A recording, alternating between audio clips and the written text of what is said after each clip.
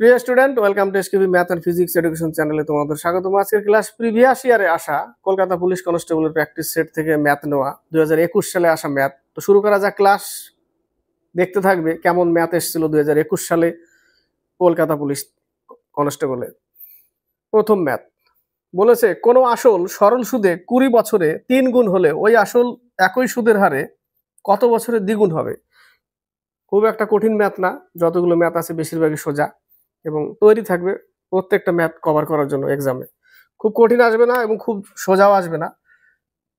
51 নম্বরের একটা ট্রিক্স আছে, অনেকে ট্রিক্স ধরে করতে পারো যদি না জানা থাকে, এবং ট্রিক্স ছাড়াও সিম্পল ভাবে করা যায়। করা যায় কি, 20 বছরে 3 গুণ হলে 20 বছরে 2 গুণ ধরতে হবে। সবসময় 1 গুণ কি করতে হবে, কম ধরতে হয়, তাই না? 20 বছরে 2 গুণ কম ধরতে হয় কেন? পি টাকা 20 বছর r% plus P equal to 3 গুণ। এই যে এটা বলেছে সুদ আসলে 3 গুণ হয়। এই পি ওই পাশে গেলে 2p থাকে, এই পি কেটে যাবে, তাই না? এই পি, তাহলে পি ইন্টু 20 বছর into R by 100 equal to 2p। P কেটে গেল, 0 0 কেটে গেল, 2 2 কেটে গেল, আর সমান সমান 10%। হ্যাঁ, এখান থেকে কি বেরোয়? 10% বেরোয়। কিন্তু প্রশ্নতে কি বলেছে, কত বছরে দ্বিগুণ হবে, তাই না? বছর চেয়েছে। 20 বছরের 3 গুণ হলো ওই আসলে একই সুদের হারে, অর্থাৎ এখানে পার্সেন্ট। পি টাকা 20 বছর r%, কত টাকা হয়? 3 গুণ হয় 10%। কিন্তু এটাকে যদি আমি বছরে বের করতে যাই তাহলে কি করব? এখানে যদি r%, এবার বছরে যদি বের করতে যাই তাহলে আমি কি করব? নিয়ম হচ্ছে, ট্রিক্সের নিয়ম, n1 - 1 by t1 equal n2 - 1 by t2। ঠিক আছে, এখানে n মানে গুণ, কত গুণ? 3 গুণ বলেছে, তাহলে 3 - 1 কত বছর বলেছে? প্রথমে বলেছে 20 বছর, তাহলে এখানে 20 লেখো। এবং তারপরে কি বলেছে? শেষে বলেছে যে কত বছরের দ্বিগুণ হবে। এই যে দ্বিগুণ, অর্থাৎ n2 এর মান হচ্ছে 2, তাহলে 2 - 1, আর t2 মান বের করতে বলেছে কত বছর, তাই না? তাহলে এখান থেকে পাচ্ছি কত? 2/20 ইকুয়াল টু 1/t2, কাটলে 10 পাচ্ছি, অর্থাৎ t2 ইকুয়াল টু 10 বছর। এবার যদি সিম্পল ভাবে করতে যাই যে 20 বছরের 2 গুণ, তাই না? বা 2 গুণ হয় 20 বছরে, বছর বের করতে বলেছে, তাহলে 2 গুণ হয় 20 বছরে, তাহলে 1 গুণ 20/2। এবং শেষে বলেছে কত বছরে 2 গুণ হবে, তাই না? কত বছরে দ্বিগুণ হবে। 2 গুণ নিয়েছি কেন? এই যে এখান থেকে 3 গুণ বললে 2 গুণ নিয়েছি, তাহলে 2 গুণ হয় 20 বছরে, 1 বছর 1 গুণ হবে কত? আর শেষে আবার বলেছে কত বছরে দ্বিগুণ হবে, সেখানেও আবার 1 গুণ নিতে হবে, এইটুকু করতে হবে। 1 গুণ করে দিলাম, 10 বছর। এইটুকু ম্যাথ করা যায়, কনসেপ্ট ক্লিয়ার থাকলে এইটুকুতে হয়ে যাবে। 52, এর আগের অঙ্কটা কি করলাম? 10%ও বের করলাম এবং কত বছরে দ্বিগুণ হয় সেটাও বের করলাম সূত্র দিয়ে, এবং কনসেপ্ট ক্লিয়ার থাকলে একটু করেছিলাম, ওইটুকু দিয়েও করা যায়, তাই না? যদি কনসেপ্ট ক্লিয়ার থাকে। 52 নম্বর বলেছে, এই টাইপের অঙ্ক দেখো প্রায় পরীক্ষায় আসে। এই যে কুকুর বিড়ালের লাভ বলেছে, একটি বিড়ালের 5 লাফ যেতে যে সময় লাগে সেই সময় একটি কুকুর 4 লাফ যায়।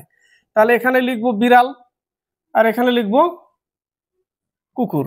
বিড়ালের 5 লাফ, কুকুরের 4 লাফ, কিন্তু কুকুরের 3 লাফ বিড়ালের 4 লাফের সমান। আবার বিড়ালের 4 লাফের সমান মানে বিড়ালকে এখানে রাখতে হবে, এবং কুকুরের 3 লাফ বলেছে। এটাকে ক্রস মাল্টিপ্লাই করা যায়। ক্রস মাল্টিপ্লাই করলে কি চেয়েছে? বিড়াল ও কুকুরের দ্রুতির অনুপাত কত। এটা বিড়াল, ওরাখুনি গুণ করলে তাহলে 15, আর এদিকে গুণ করলে 16, কারণ বিড়াল চেয়েছে আগে, বিড়ালটাকে আগে রাখলাম, 15:16 হবে আনসার। এই টাইপের অঙ্ক পরীক্ষায় প্রায় দেখা যায়, একটা না একটা আসে। 53, এই টাইপের অঙ্ক দেখো, খুবই সোজা অঙ্ক। বলেছে একটি দ্রব্য 1754 টাকায় বিক্রি করলে যে টাকা লাভ হয় 1492 টাকায় বিক্রি করলে সেই পরিমাণ টাকায় ক্ষতি হয়। তাহলে দ্রব্যটির ক্রয় মূল্য কত? দুটো যোগ করে সবাই পারবে, তাই না? কম বেশি।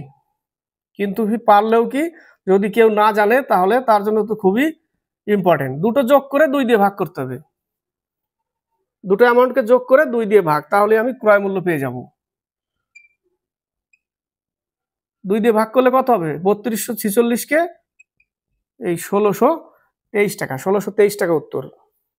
নেক্সট অঙ্ক 54 বলেছে কোন দোকানদার কি অনুপাতে প্রতি কেজি 15 টাকা ও প্রতি কেজি 12 টাকা দামের ডাল মিশ্রণ করে প্রতি কেজি ডাল 16 টাকা 50 পয়সায় বিক্রি করলে 20% লাভ হবে। মিশ্রণ থেকে অঙ্ক। প্রশ্ন হচ্ছে এই টাইপের অঙ্ক যদি থাকে যে একটা প্রতি কেজি 15 টাকা এবং আরেকটা 12 টাকা কেজি, তাই না, এবং এই দুটোকে মিশ্রিত করে 16 টাকা 50 পয়সা বিক্রি করবে, 16.50 টাকায় বিক্রি করলে তার 20% লাভ হবে, অর্থাৎ 16.50 টাকায় বিক্রি করলে 20% লাভ হবে। তাহলে আমাকে আগে কাজ হচ্ছে এখান থেকে ক্রয় মূল্যটা বের করা।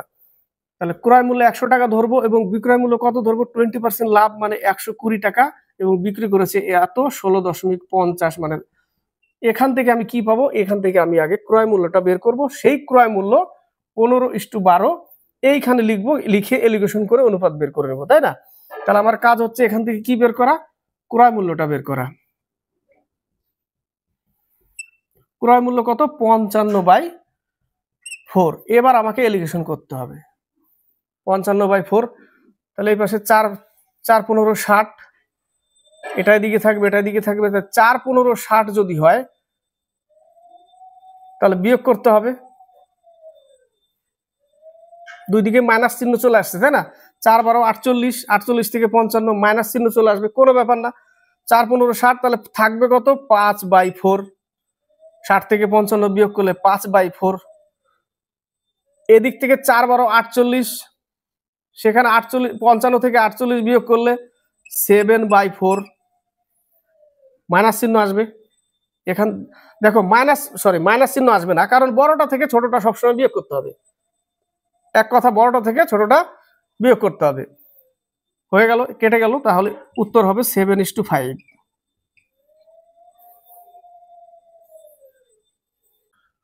55 এবিসি ত্রিভুজের ও পরিবৃত্তের কেন্দ্র। দেখো এই পরিমিতি থেকে যদি ম্যাথ আসে, মেন কাজ যদি এমন ম্যাথ আসে, যদি তুমি ওর চিত্রটা আগে আঁকতে পারো সঠিক, তাহলে কিন্তু অনেক অঙ্ক সলিউশন হয়ে যায়, তাই না। ছবিটা আগে আঁকতে হয়।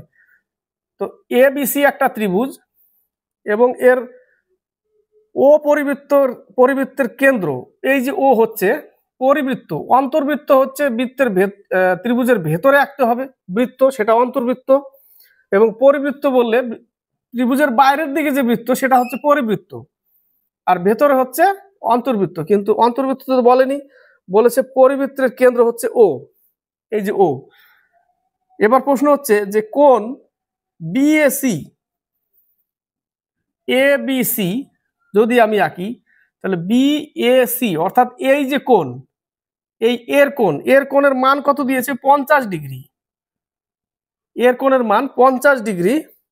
তাহলে কোণ ওবিসি ওবিসি ওবিসি অর্থাৎ এইভাবে আসবে ছবিটা, তাই না। ওবিসি অর্থাৎ ও বিসি, বি এর মান বের করতে বলেছে, বি এর কোণ কত। এবার এই যে কোণটা আছে কিনা, এই কোণটা সবসময় ডবল হয়। এ যদি 50 থাকে তাহলে এ 100 হবে। আর এটা হচ্ছে সমদ্বিবাহু ত্রিভুজ, একটা সমদ্বিবাহু ত্রিভুজ, অর্থাৎ এই 100 হলে এই কোণটা হবে 40 ডিগ্রি, এই কোণটা হবে 40 ডিগ্রি, টোটাল মিলে 180 ডিগ্রি। তাহলে বি এর মান হচ্ছে, তাহলে কোণ ও বি সি সমান সমান 40 ডিগ্রি আনসার। এর ডবল হবে, এই কোণের মান 50-এর ডবল হবে, সবসময় ডবল হবে। 56 নম্বর অজয় ও অনিল একটি যৌথ ব্যবসার অংশীদার। অজয় অনিল, অজয় আর অনিল, তাই না। অজয় ব্যবসায় 8,000 টাকা 8 মাসের জন্য নিয়োগ করে। 8,000 টাকা 8 মাসের জন্য নিয়োগ করে কে, অজয়, এবং অনিল বাকি 4 মাসের জন্য টাকা নিয়োগ করে, কত টাকা জানি না। শেষে বলেছে বৎসরান্তে অনিল লাভের 20% পায়। তাহলে অনিল লাভের যদি 20% পায়, টোটাল যদি 100% লাভ হয়, অনিল পায় 20%, তাহলে অজয় পায় 80%। তাহলে এদের এই যে লাভের এটাকে আমরা উপর নিচে বসে অনুপাত আকারে লিখে দেবো, তাই না। তাহলে 8,000 ইন্টু 8 মাস বাই 4 মাসের জন্য বাকি টাকা কে, অনিল নিয়োগ করে, তাই না। অনিল কিন্তু এ পাচ্ছে 80 টাকা আর এ পাচ্ছে 20, লাভের 80 টাকা এ পাচ্ছে, 20% এ পাচ্ছে, এই পার্সেন্টেজটা এখানে লিখতে হবে। লিখলে আমরা এখান থেকে কি পেয়ে যাব, তাই না? 2 দুগুণে 4, 4,000 টাকা কে বিনিয়োগ করেছিল? অনিল।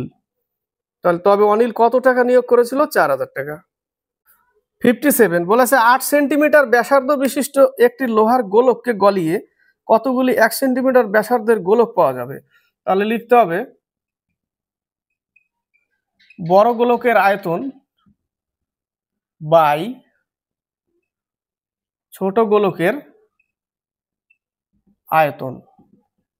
বড় গোলকের আয়তন বাই ছোট গোলকের আয়তন। এবার গোলকের আয়তনের ফর্মুলা জানতে হবে, 4/3 পাই আর কিউব বাই ছোটটারও 4/3 পাই আর কিউব। বড়টার আর মানে বড়টার আর হচ্ছে 8, ছোটটার আর হচ্ছে 1। এবার এখানে এগুলো সব কেটে যাবে, শুধু কি থাকবে? 8 এর কিউব মানে 512, আর 1 এর কিউব কত? 1, তার মানে উত্তর হচ্ছে 512। 58 নম্বর অঙ্কটা, এটা ইম্পর্টেন্ট অঙ্ক। এটাও বলেছে একটি হোস্টেলে 35 জন ছাত্র ছিল, যদি ছাত্রের সংখ্যা 7 জন বৃদ্ধি পায়। দেখো প্রথমে কতজন ছিল? 35 জন। আবার বলেছে ছাত্রের সংখ্যা যদি 7 জন বৃদ্ধি পায়, তাহলে ছাত্র 42 হলো, মানে আগে ছিল 35, এখন হলো 42, তাই না? এটা আগে, এটা পরে, 42 হলো। তবে হোস্টেলের মেসের খরচ প্রতিদিন 42 টাকা বৃদ্ধি পায়, কিন্তু মাথাপিছু খরচের গড় 1 টাকা করে কমে যায়। এবার আমি ধরে নিলাম যে 35 জন ছাত্র, আগে X টাকা খরচ হতো, এখন 42 টাকা বৃদ্ধি পেয়েছে, কিন্তু খরচের গড় যেটা আগে X টাকা ছিল, খরচের গড় কি হয়েছে? মাথাপিছু 1 টাকা কমে গেছে। এখন হয়েছে এটা, এখন খরচ হচ্ছে এত, গড়ে আগে খরচ হতো X টাকা মাথাপিছু, এখন হচ্ছে X-1। তাতে কি হয়েছে? এটা কতজনের? এই যে 42 জন হওয়ার পরে এই টাকা হয়েছে, গড়ে 1 টাকা করে কমেছে। তাহলে আগে ছিল এত টাকা খরচ টোটাল, এখন হয়েছে টোটাল এত টাকা। ক্লিয়ার সমীকরণ? আগে ছিল 35x, এখন হয়েছে গড়ে 1 টাকা করে কমেছে, কিন্তু লোক সংখ্যা হয়ে গেছে 42 জন। ক্লিয়ার?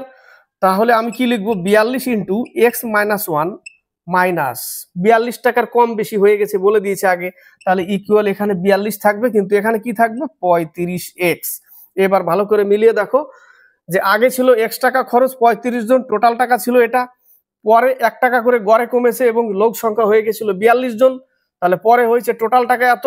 তাহলে এই দুজন, এই যে মোট আগেকার পরের টোটাল এবং আগেকার টোটালের মধ্যে কত টাকার ডিফারেন্স হয়েছে? বলেছে 42 টাকার ডিফারেন্স। 42 টাকার ডিফারেন্স, বাস এইটুকু ক্যালকুলেশন করতে হবে। তাহলে 42x minus 42, 35x equal to 42। এই 42 ওই পাশে গেলে কত হবে? 84, তাই না? তাহলে 84, আর এ 42 থেকে এখানে যদি আমি বাদ দিই তাহলে 7x ইকুয়াল 84, তাহলে x সমান সমান 12। x সমান সমান যদি 12 হয়, তাহলে প্রশ্নতে বলেছে তাহলে প্রথমে প্রতিদিনের গড় খরচ কত ছিল? প্রতিদিনের গড় খরচ কত ছিল প্রথমে? তাহলে 35 জন ছিল, 35 ইন্টু 12, 35 ইন্টু 12, 35 × 70, আর 35 × 35, 420 টাকা আগে খরচ হতো। 59 বলেছে 6টি সংখ্যার গড় যদি 17 হয়, তবে সংখ্যাগুলোর যোগফল কত? গুণ করে দিতে হবে, কিচ্ছু না। 6টি সংখ্যার গড় যদি 17 হয়, তাহলে এদের যোগফল কত? গুণ করে দাও, 102 অ্যান্সার। 6টি সংখ্যার গড় 17, যোগফল কত? 102, গুণ করলেই বেরিয়ে যাবে। 60 বলেছে একটি ঘনকের প্রতিটি বাহু যদি 10% করে কমানো হয়, তবে তার পার্শ্বতল কত শতাংশ কমবে? আগে প্র্যাকটিক্যাল ভাবো, যে আগে ছিল 100, প্রতিটি বাহু 10% করে কমিয়েছে। আগে একটার 100 ছিল, আরেকটারও 100 ছিল, পরে করেছে কি 10% করে কমিয়েছে, মানে একটা 90 করেছে, আরেকটারও 90 করেছে। তাহলে আগের যদি ক্ষেত্রফল আমি ধরে নিই, যে পার্শ্বতলের ক্ষেত্রফল আগে কত ছিল? আগে এত ছিল, 10% করে কমানোর পরে এটাও গুণ করতে হবে, এখন হয়েছে এত। আগে ছিল এত, এখন হয়েছে এত। কত কমেছে? 1900 কমেছে। কততে? 10,000-এ। তাহলে 100-এ কত? 19%। এই একটা প্র্যাকটিক্যাল যদি না সূত্র মনে থাকে, তাই না? সূত্র হচ্ছে আরেকটা, 10 প্লাস 10 মাইনাস কমিয়েছে দুটোই, তাহলে 10 প্লাস 10 মাইনাস 10 ইন্টু 10 বাই 100, কাটলে এখানে কত পাবো 1, এখানে যোগ করলে কত হবে 20 মাইনাস 1 সমান সমান 19। যদি না মনে থাকে, না বুঝতে পারো, তাহলে এই ফর্মুলায় চলে আসতে হবে, সিম্পল ভাবে একদম নিখুঁত হবে, কোনো ভুল হবে না। কেউ যদি ভাবে যে এই জায়গাটা প্লাস মাইনাস কোথায় লিখবো, অনেকে ভুল করতেই পারে, কোথায় প্লাস লিখবো কোথায় মাইনাস নিবো, সেটাও যদি আনসার থাকে টিক মেরে চলে আসবে। তো যদি কনফিউজ হয় যে কি করব, তাহলে তুমি এটাতে চলে আসবে।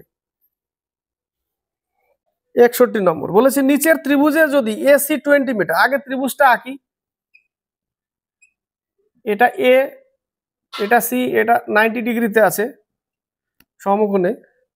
বলেছে ত্রিভুজে যদি এসি 20 মিটার হয়, এসি 20 মিটার এবং বি এ বি সমান সমান x metre, A B x metre এবং বিসি 50 মাইনাস এক্স, তবে এ বি সমান সমান কত? অতিভুজ স্কোয়ার, আমরা জানি সূত্র অতিভুজ স্কোয়ার লম্ব স্কোয়ার প্লাস ভূমি স্কোয়ার, মিডিল টার্ম চলে আসবে, তাহলে এক্স স্কোয়ার ইকুয়াল, তাহলে 400 plus A minus B whole square, তাহলে A square plus B square minus 2ab, তাই না? এ কত 50, 2ab।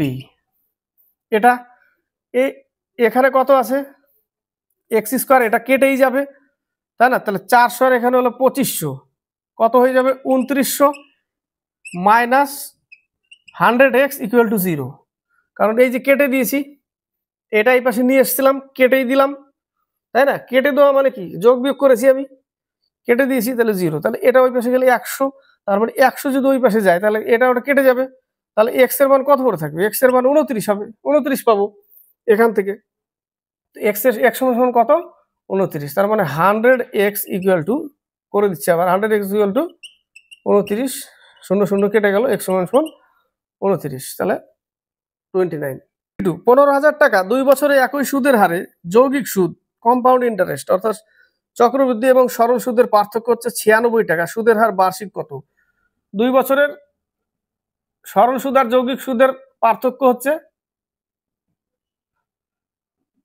এটা, তাই না? P into R by 100 square, এত পি কত 15,000 টাকা ইন্টু আর কত, আর এর মানে বের করতে বলেছে, আর বাই 100, 2 বছর ইকুয়াল টু 96 টাকা। এটা যদি এই 15,000কে নিচে নিয়ে আসি, তাহলে এটা রুট ওভার করতে হবে, তাহলে r by 100 equal to root over এত, এখানে তো কাটতে হবে আগে, 3 3 9 3 2 6, 3 5 15, কেটে গেল,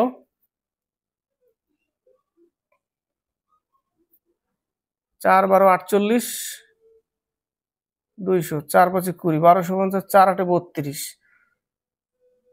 তাহলে 4 2 8, 6 2 25, কেটে গেল, বলে 4 বাই 625, 4 বাই 625 রুট ওভারে থাকবে, তাহলে 2 বাই 25, 2 বাই 25, তাহলে r by 100 equal two 2 by 25, তাহলে 4 25 100, তাহলে আর সমান সমান 8%, কত পার্সেন্ট 8%। 63 নম্বর দুটি সংখ্যার যোগফল 27 এবং গুণফল 182 হলে ছোট সংখ্যাটি কত? দুটি সংখ্যার যোগফল 27 এবং এদের গুণফল বলেছে 182, একে ফর্মুলায় ফেলতে হবে, a plus B whole square equal to 27, একে ফেলতে হবে, একে ফেললে a minus B whole square plus 4ab equal to 729, এটার স্কোয়ার 4ab তে ফেলতে হবে, তাহলে তুমি সরাসরি পাবে, কারণ এখানে আমি একটা লাইন এখানে আছে, এটা 1 নম্বর সমীকরণ, এটাও কাজে লাগবে। এ বি সমান সমান কত 182, তাহলে এখানে আমি কত পাচ্ছি 182, 4 4 2 8, 4 8 32, 3 729, এবার 729 সমান সমান এই পাশে গেলে মাইনাস করে দিতে হবে, অর্থাৎ A minus B whole square equal to 1 থাকবে, কত থাকবে 1, এটা এই পাশে নিয়ে বিয়োগ করলে 1, তার মানে এ মাইনাস, এটাকে রুট ওভার করে দিব যদি স্কোয়ার উঠাই, এ মাইনাস বি সমান সমান 1, তাহলে একটা ছিল এ প্লাস বি সমান সমান 27 ওই যে উপরের লাইনে, আর একটা ছিল এ মাইনাস বি সমান সমান 1, কেটে গেল, তাহলে 2a ইকুয়াল টু 28, এ সমান সমান 14, তাহলে একটা হচ্ছে 14 আর একটা বি 13 বেরোবে, তাই না? এ সমান সমান 14 আর বি সমান সমান 13। এবার তুমি যদি ধরে নিতে পারো যে 182 কার কার গুণ, এবং দুটো সংখ্যার যোগফল 27, তাহলে তো বাড়লে বাড়লে, আর না ধরতে পারলে তোমার নামাতে হবে। শেষে কি বলেছে আবার, দুটো তো মান পেলাম, তাহলে ছোট সংখ্যাটি কত? ছোট সংখ্যাটি 13। ৬৫ নম্বর বলেছে একটি ব্যাগে থাকা 50 পয়সা, 25 পয়সা ও 10 পয়সার মুদ্রার সংখ্যার অনুপাত 5:8:3:3। এটা হচ্ছে 50 পয়সা, 25 পয়সা, 10 পয়সা।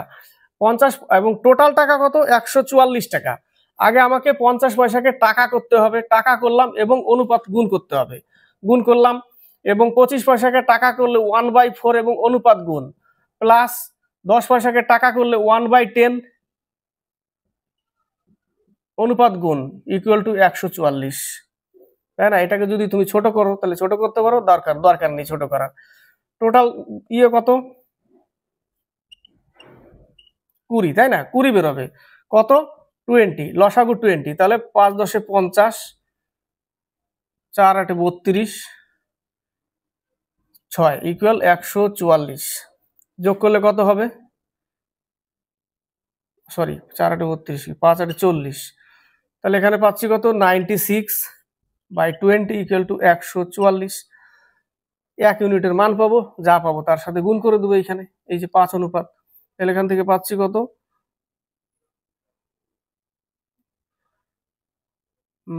7 × 14 2, 4 18 72, 4 12 48, 3 6 18, 3 4 12, 4 5 20, 5 6 30। 1 ইউনিটের মান হচ্ছে 30। তাহলে এখানে এই যে 5 অনুপাত দিয়েছে 50 পয়সা, তাহলে 5 × 30 = 150। নেক্সট অঙ্ক 65 নম্বর, যদি x tan 45 ডিগ্রি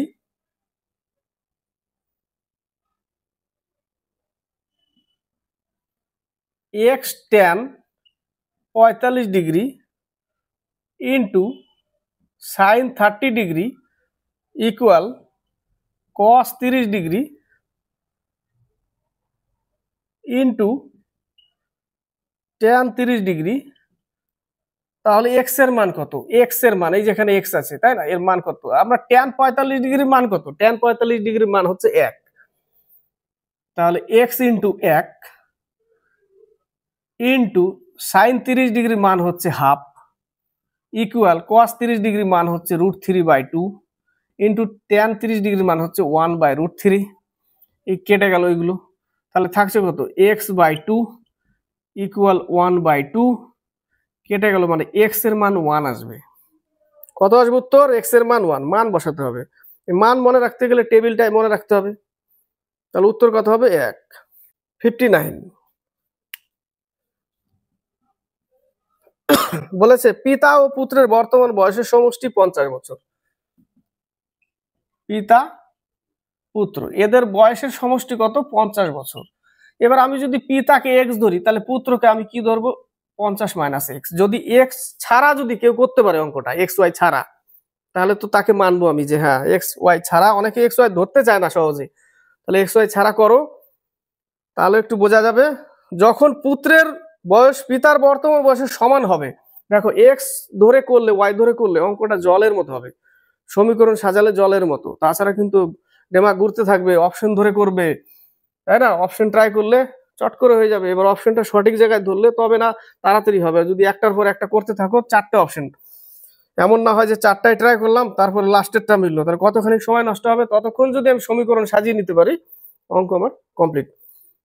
বলেছে পিতা পুত্রের বর্তমান বয়সের সমষ্টি 50 বছর, যখন পুত্রের বয়স পিতার বর্তমান বয়সের সমান হবে, অর্থাৎ এই টাইম যখন আসবে পুত্র, এই জায়গাটা বলেছে যখন পুত্রের বয়স পিতার বর্তমান বয়সের সমান হবে, এটা কিন্তু বর্তমান এবং এটা পুত্রের বর্তমান। কখন হবে? পুত্র এক্স এর সমান কখন হবে? ধরে নিলাম x + y বছর পর, এবং একেও ধরে নিলাম y বছর পর, তাহলে আবার কন্ডিশন বলেছে, তাহলে তাদের বয়সের যোগফল হবে 110 বছর। এখান থেকে y এর মান পেলে তাহলে বুঝতে পারবো কত বছর পর, আগে সেটা বের করতে হবে। এটা কেটে যাবে, তাহলে থাকবে কত? 2y প্লাস এটা ওই পাশে গেলে 50 ওই পাশে গেলে পাবো 60, ওয়াই সমান সমান 30, অর্থাৎ 30 বছর পর পুত্র পিতার সমান হবে। তা 30 বছর আগে পিতার কত ছিল এবং পুত্রের কত ছিল সেটাই বের করতে বলেছে। 30 বছর পরে হবে পুত্র পিতার বয়সের সমান, সেটা বুঝতে পারছি 30 বছর পর। তাহলে এখন আমার বয়স 30 বছর পর আমি আমার বাবার বয়সের এই টাইমে যখন আছে, আমার এখন আমার বাবা যখন এখন আছে, সেই বয়সটা আমার হবে ওই সময় 30 বছর পর। তাহলে এখন তাহলে বাবার কত বা আমারই কত, সেটা কিন্তু বলেনি, খালি জাস্ট পেলাম 30 বছর পর। তো 30 বছর পর পিতার বর্তমান বয়সের সমান হবে, পিতার বর্তমান বয়স x বছর, এই x এর সমান হবে কখন? পুত্র 30 বছর পর হবে, তার মানে 50 মাইনাস x প্লাস 30। বোঝা গেল? 30 বছর পর পুত্র পিতার বর্তমান বয়সের সমান হবে, বর্তমান কত? x। এই হচ্ছে সমীকরণ। ঠিক আছে, তাহলে এই x এই পাশে আসলে 2x, 30 আর 50 যোগ করলে 80, x সমান সমান 40 বছর, অর্থাৎ পুত্রের এই সময় ছিল 40 বছর এবং পিতা ছিল 40 বছর এবং পুত্রের ছিল এখানে 40 বছর 10 বছর। এবার দেখো কন্ডিশন, অপশন যদি তুমি ট্রাই করো 40 আর 10, যে 30 বছর পর একে যদি 30 বছর যোগ করে দিই তাহলে তো পিতার বয়সের সমান হচ্ছে না, 30 বছর পর 40 হচ্ছেই, পিতার বর্তমান বয়সের সমান হচ্ছে, এটাই বলেছে যে কত বছর পর। এবং দুইজনের 30 30 60, এখানে 50, 110 বছর হয়ে যাচ্ছে। যদি অপশন ট্রাই করো তাহলে এইভাবে অপশন ট্রাই করে দেখতে হবে, আর যদি বুঝে উঠতে না পারো তাহলে সুন্দর করে সমীকরণের সাহায্যে অঙ্ক করতে হবে। ঠিক আছে, তো অঙ্ক শুধু অনেকে হয়তো পছন্দ করে না যে এইভাবে অঙ্ক করছে, অনেক সময় লাগবে। দেখো অনেক সময় সব অঙ্ক তোমার ওই ইয়েতে হবে না, ট্রিক্সে হবে না, সব অঙ্ক এক্স ওয়াই ছাড়া হবে না। যেখানে মানে যে ঠাকুর যে ফুলে সন্তুষ্ট তাকে সেইভাবে দিতে হবে এবং সেইভাবে করতে হবে তাকে, তাই না? সবগুলোকে একই রাস্তায় নিয়ে গেলে ঠেলে হবে না, তার জন্য স্পিড করতে হবে, হাতের ফটাফট করতে হবে, স্পিড করতে হবে। এবং পরীক্ষার হলে কিছু কন্ডিশন থাকে, যে এত বড় একটা ম্যাথ পড়ে নিয়েছি, হাত দিয়ে দিয়েছি, করেই ছাড়বো, হচ্ছে না, করেই ছাড়বো, হচ্ছে না, কি হবে? সময় নষ্ট হবে, লাস্টে হবে না। তাহলে পরীক্ষার নিয়ম আছে কিছু, যে উপর থেকে করতে করতে আসবো, যেটা সহজ পারবো সেটা হাত দিচ্ছি, যেটা কঠিন মনে হচ্ছে পরে দেখা যাবে, পরে আগে 100 পর্যন্ত যাই, টার্গেট আমার 100 পর্যন্ত আগে যেতে হবে, তারপরে গল্প পরে, তাই না? মিডল রাস্তায় টাইম শেষ, বাড়ি এসে দেখলো পরে। অনেকবার বলি এটা কিন্তু খুব কাজের জিনিস, যে অর্ধেক রাস্তায় গিয়ে টাইম শেষ, পরে গিয়ে দেখে সোজা জিনিস, এটা যেন না হয়। একদম এক থেকে লাস্ট পর্যন্ত গিয়ে দেখতে হবে আমার কি আছে, তারপর দরকার হলে পরে টাইম পেলে আসবো ঘুরে। তো ঠিক আছে, ভালো লাগলে লাইক শেয়ার কমেন্ট অবশ্যই করবে, আর সাবস্ক্রাইব করে চ্যানেলকে